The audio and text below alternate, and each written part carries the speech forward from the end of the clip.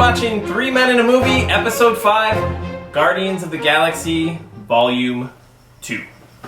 So, to get the show started, we're going to rate the movie and let you know whether you should pay for it, wait for it, or forget about it! So, I'm going to start with Byron. So, how would you rate this movie?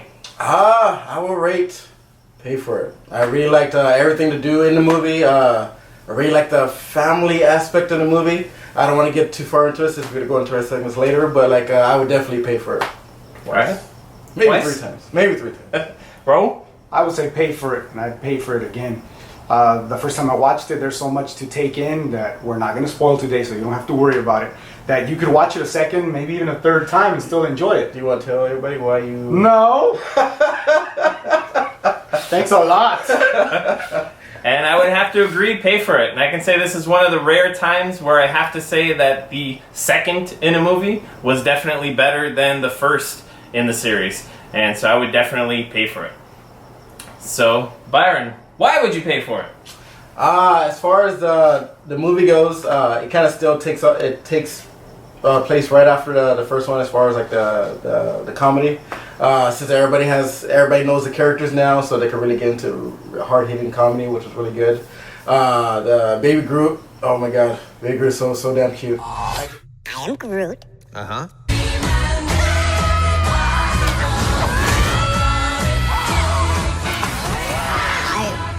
They were not looking at you funny.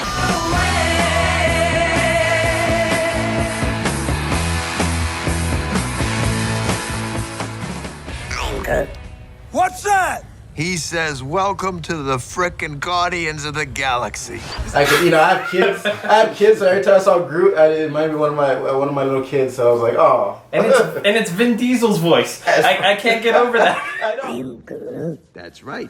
I am Groot. I know, it's so crazy. I don't know how they did that, but I really like that. I really like they really try to hit hard as the family message. All you do is yell at each other. You're not friends. No, we're family. Except maybe her.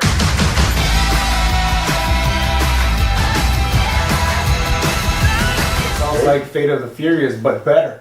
And they're kind of a band of criminals, maybe doing good, maybe doing bad while they're doing good. Yeah. It does have some parallels, that's for sure. Yeah. Oh, I didn't even think about it before I said it. And me and Raul we're talking about like the whole Star Wars and stuff like that because because it has a comedy, and I was thinking of Spaceballs, but it's not that over the top like Spaceballs. and Star Wars is kind of serious, so it's kind of shifts into those. It's not too much balls, but it's kind of like the taint. More space. It's more in the taint, It's the taint of space. Yeah. So Yeah. yeah. See, that's why we weren't letting you talk, because then you're going to start talking about balls and taints and things. Hey. This is why we have editing and deleted scenes and bonus footage. What'd you think? What did I think? I definitely have to agree. Baby Groot is like the cutest little creature, but definitely Rocket. Rocket was hysterical. His character throughout the whole thing. You know, they told me you people were conceited douchebags, but that isn't true at all. Dude. I'm using my wrong eye. And Bradley Cooper plays Rocket's voice. Yeah. I just didn't match those up while I was watching it. That Vin Diesel was Baby Groot and Bradley Cooper was the Rocket, but they both just really execute amazingly well, and it's hysterical throughout. Drax's character is developed so well with how inappropriate he is and how he just bluntly says whatever's on his mind, and it's just hysterical throughout, and I loved it. But how about you, Ro? Yeah, I really enjoyed it. I saw it in 3D. Actually, I recommend for you to watch it in 3D. The first time it was 3D. The second time I just watched it in regular 2D. Well, Why did you they have don't to do watch bootleg it? in 2D. Why did you... I mean, it's 3D. Why do you guys keep talking about bootlegs? I don't know what you're talking about. You just said it. I didn't say anything. I said I saw it in 2D. I didn't say bootleg. Okay. From how you were describing it earlier, I think it was 1D. It was super funny. It was, to me, more of a comedy movie first, and then a sci-fi and comic book and all of that secondary to it. So I enjoy the comedy aspect of it, especially Drax. See, See, you just told everyone your deepest, darkest secret. Dude, come on. I think you're overreacting a little bit. You must be so embarrassed. Do me. Being that I love WWE, you know, Batista like was nowhere near this Drax character when he had his character in WWE. So now to watch him in this movie playing that character was great. Yeah, is that where he was from? Yeah, that's where he's from. When I saw Jose Bautista, I was like, who's Jose Bautista? Yeah. But Dave. Dave. Oh, Dave. You talking about the baseball player. Yeah. As a baseball player for Blue Jays. Yeah. His name is Ugo, not Hugo. Yeah. Batista. So Drax was your favorite character? Drax was my favorite. And I take it that Little Groot was your favorite character? Groot. And Rocket was my favorite character. So you can see there's a lot of really great characters built up in that all three of us had a different favorite character and really loved the whole movie as a whole. What would you say were some instances where maybe they could have improved the film? What do you think, Byron? To me, I think they stayed on Planet Ego for too long. It seemed like they didn't go around the universe. It felt like it was only like 2 or maybe 3 places that they were like concentrating on, but the main focus was on that planet. So it was very egotistical. Is that what you're trying to say? Yes. Yeah. Yes. It played into the character. So I think they could have went around a little more. I think they made it as far as like one dimensional in one certain place, but you know it still worked. But if anything, you know they could have did something else before that on the way there or something like that. But that was my thing. Cool. What do you think?